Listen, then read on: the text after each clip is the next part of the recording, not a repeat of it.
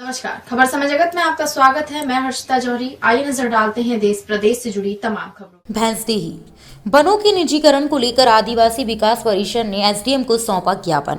आदिवासी परिसर के प्रदेश अध्यक्ष रामू टेकाम ने ज्ञापन के माध्यम से उल्लेख कर बताया कि सारे वन निजी हाथों में बर्बाद हुए हैं।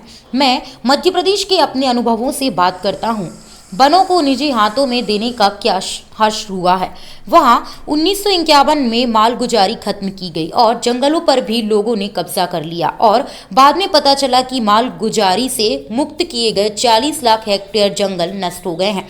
इसी तरह बस्तर में, जो अब छत्तीसगढ़ का हिस्सा है, में राजनीतिक कारणों से लोगों को जंगलों में कब्जा करवाया गया और अतिक्रमण के 28 लाख हेक्टेयर का जंगल नष्ट हो गया। इसका एक कारण तो ये भी है कि वन काटने के बाद खाली जमीन पर खेती नहीं हो सकती और दोबारा वहां फसल की पैदावार नहीं हो सकती और लोग अपने कब्जे की जमीन पर पेड़ काटने से नहीं हिचकिचाते।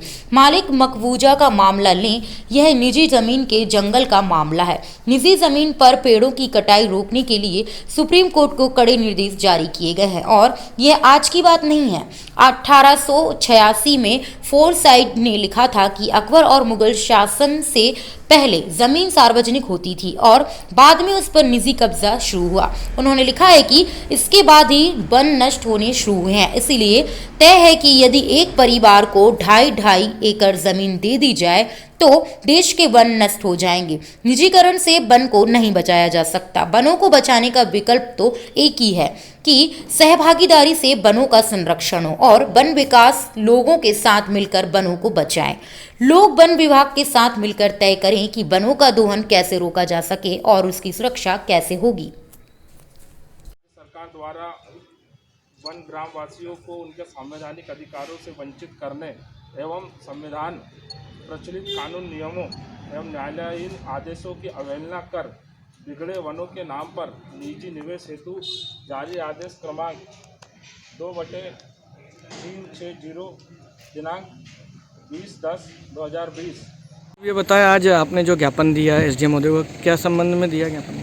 अभी वर्तमान सरकार जो है, जो मध्य प्रदेश में माननीय शिवराज सिंह चौहान जी की सरकार है, ये मध्य प्रदेश के जितने भी वन हैं इनको ये निजी कंपनी के हाथ में देना चाहती है। उनका कहना यह है कि हम वनों का संरक्षण करेंगे। कि आप जानते हैं, जब से देश आज़ाद हुआ हमने अंग्रेज़ों से इस देश को आज़ाद कराया और धीरे धीरे सब चीज़ों का राष्ट्रीयकरण किया।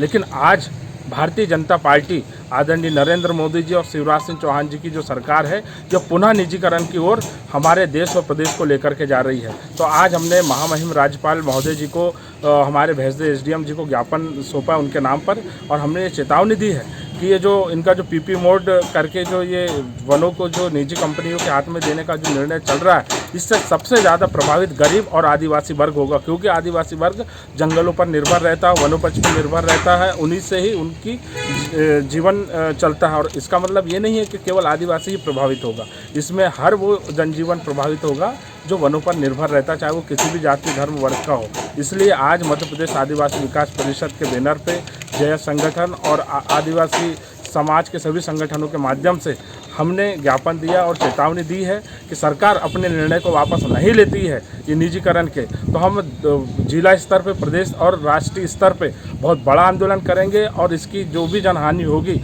इसके केंद्र और राज्य सरकार की जवाबदारी होगी। इसी को संबंध में हमने निजीकरण के विरोध में ज्ञापन सौंपा।